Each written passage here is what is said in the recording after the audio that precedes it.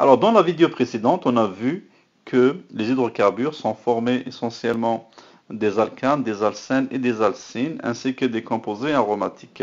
On a vu qu'un hydrocarbure est formé uniquement de carbone et d'hydrogène. Dans ce cours d'aujourd'hui, on va voir justement comment nommer ces différents hydrocarbures. Alors, ici, on va commencer par la nomenclature des alcanes. Alors, les alcanes, ce sont des hydrocarbures qui peuvent être de différentes natures, dépendamment du nombre de carbone qu'ils portent, pardon. Alors ici, les hydrocarbures ou bien les alcanes peuvent être des gaz, et vous les connaissez comme le propane, le butane ou le gaz naturel qui est le méthane. Donc utilisé dans le barbecue par exemple, comme le butane ou bien le gaz naturel utilisé pour chauffer des maisons. Bon, il peut être aussi des liquides si le nombre de carbone est entre 5 à 16. Donc on parle de carburant pour moteur automobile, diesel ou à réaction, matière première utilisée dans l'industrie pétrochimique. Ils peuvent être aussi des liquides lourds si le nombre de carbone est entre 16 à 22. Donc c'est utilisé dans le chauffage à l'huile et les lubrifiants. Ça peut être aussi des semi-solides si le nombre de carbone dépasse les 18. Donc, généralement, c'est des graisses lubrifiantes et cire de paraffine utilisées dans la fabrication des bougies, du papier serré et des cosmétiques. Et enfin, ça peut être directement des solides si le nombre de carbone dépasse les 26. Donc, généralement, c'est l'asphalte et le goudron utilisés dans les industries de l'asphaltage ou bien dans les toitures. Donc maintenant, on va voir ou bien on va nommer les alcanes selon le SCPA. Et pour nommer les alcanes, on utilise une méthode. Donc, on va partager le composé ou bien le nom du composé en trois parties. Vous avez le préfixe, pardon, vous avez ici les préfixes, la racine et le suffixe. Alors, le préfixe indique le nom des ramifications. On va voir c'est quoi exactement. La racine indique justement la chaîne principale ou fondamentale en regardant le nombre d'atomes. Enfin, le suffixe indique le type de composé. Est-ce que c'est un alkane, c'est un alcyne ou bien c'est un alcène. Prenons un exemple pour mieux comprendre. Alors, on va prendre le 2-méthylpentane. Comment représentons le 2-méthylpentane? Alors, le 2-méthylpentane, pardon, on regarde la structure. Ça, c'est la formule semi-développée de 2-méthylpentane ou bien la formule condensée. Alors, on a ici à chercher d'abord la racine. Toujours commencer à chercher la racine. C'est quoi la racine? C'est le nombre d'atomes de carbone de la chaîne principale. Et c'est quoi la chaîne principale? C'est celle qui contient le plus grand nombre d'atomes de carbone. Ici, c'est celle-là. Ou bien celle-ci. Alors, 1, 2, 3, 4, 5. On aurait pu aussi prendre 1, 2, 3, 4, 5. Ça donnerait le même exemple, le même résultat, pardon. Alors, 1, 2, 3, 4 et 5. Ça, c'est la chaîne fondamentale ou principale. Donc, ici, c'est la première partie. Il faut déterminer la chaîne principale. C'est un pente. Alors, pourquoi? Parce qu'il y a 5 carbones. Elle porte 5 carbones. Et comme on sait qu'il y a juste des liaisons simples, eh bien, ou bien juste des liaisons simples, et c'est un hydrocarbure parce qu'il y a juste du carbone et de l'hydrogène, ça ne peut être qu'un alcane, parce qu'un alcane, c'est un hydrocarbure qui a des liaisons simples, pas de liaison double, pas de liaison triple entre les carbones, ou bien carbone, hydrogène. La deuxième étape, c'est justement, c'est de trouver le préfixe. Alors, pour trouver le préfixe, on va utiliser une méthode simple, c'est de donner l'indice le plus petit à l'atome de carbone de la chaîne principale qui porte la ramification. Alors celle-là, c'est une chaîne principale. Le reste, tout ce qui reste en dehors de la chaîne principale, c'est des ramifications. Dans ce cas-là, on a une seule ramification qui est le CH3. Comme ça porte un seul carbone, donc c'est un méthyle. Alors méthyle, donc un seul atome de carbone. Alors on a ici tout simplement à déterminer l'indice le plus petit du carbone qui porte la ramification. Alors si on va aller de gauche vers la droite, ça donne 1, 2, 3, 4, 5. Si on a fait le contraire, si on est parti de droite vers la gauche, ça va être 1, 2, 3, 4 et 5. Donc on aurait un indice de 4. À gauche vers la droite, ça donnerait un indice de 2. droite vers la gauche, ça donnerait un indice de 4. Donc je prendrai automatiquement de gauche vers la droite. Ça me donne l'indice le plus petit du carbone qui porte le CH3.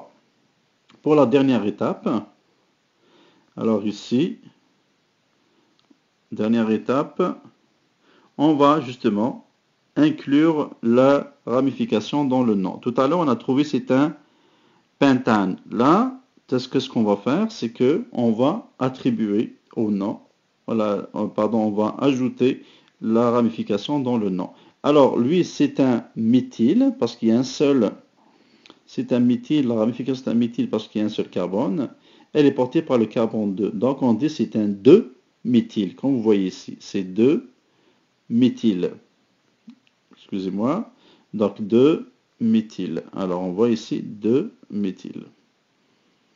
On utilise toujours un tiret entre la lettre et le chiffre. Alors ici, c'est un 2-méthyle. Là, on peut dire que le nom complet du composé, c'est 2-méthylpentane. 2-méthyle, ça représente la ramification portée par le carbone 2, c'est 2-méthyle. Pentane, ça représente la chaîne principale qui est formée de 5 carbones. Pent, c'est ane parce que c'est un alcane. On voit ici juste des liaisons simples. Maintenant, si on prend un exemple avec plus d'une ramification.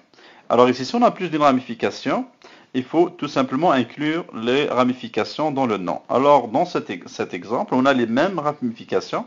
C'est des méthyles, comme vous le voyez. Il faut donner les indices les plus petits au carbone qui portent ces ramifications. Alors ici, on va aller de droite vers la gauche. On essaye toujours 1, 2, 3, 4, 5. Donc, on a 2 et 4. Si je pars de l'autre côté, 1, 2, 3 et 4. Donc ça va être aussi 2 et 4. Donc dans ce cas-là, ça ne changerait pas grand-chose. Mais ce qui va changer, c'est par rapport au nom. On va dire que ça, c'est 2, parce que les deux méthyles sont portés par le même carbone, c'est le carbone 2. Alors ici, ça va être 2,2, parce qu'on a 2 méthyles sur le même carbone. Ensuite, 4, parce que l'autre méthyle, l'autre ramification est portée par le carbone 4. Donc, ça va faire 2,2,4 tiré.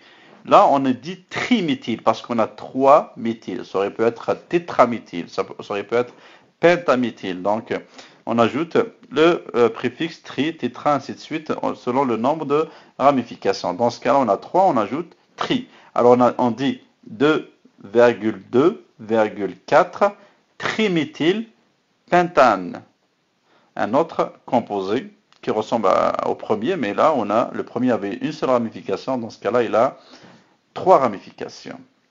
Maintenant, l'autre cas, si on a des ramifications, mais cette fois-ci sont différentes. Alors ici, on a le même composé. Ici, vous avez 5 carbones, la chaîne la plus longue. 1, 2, 3, 4, 5. Donc, c'est un pente.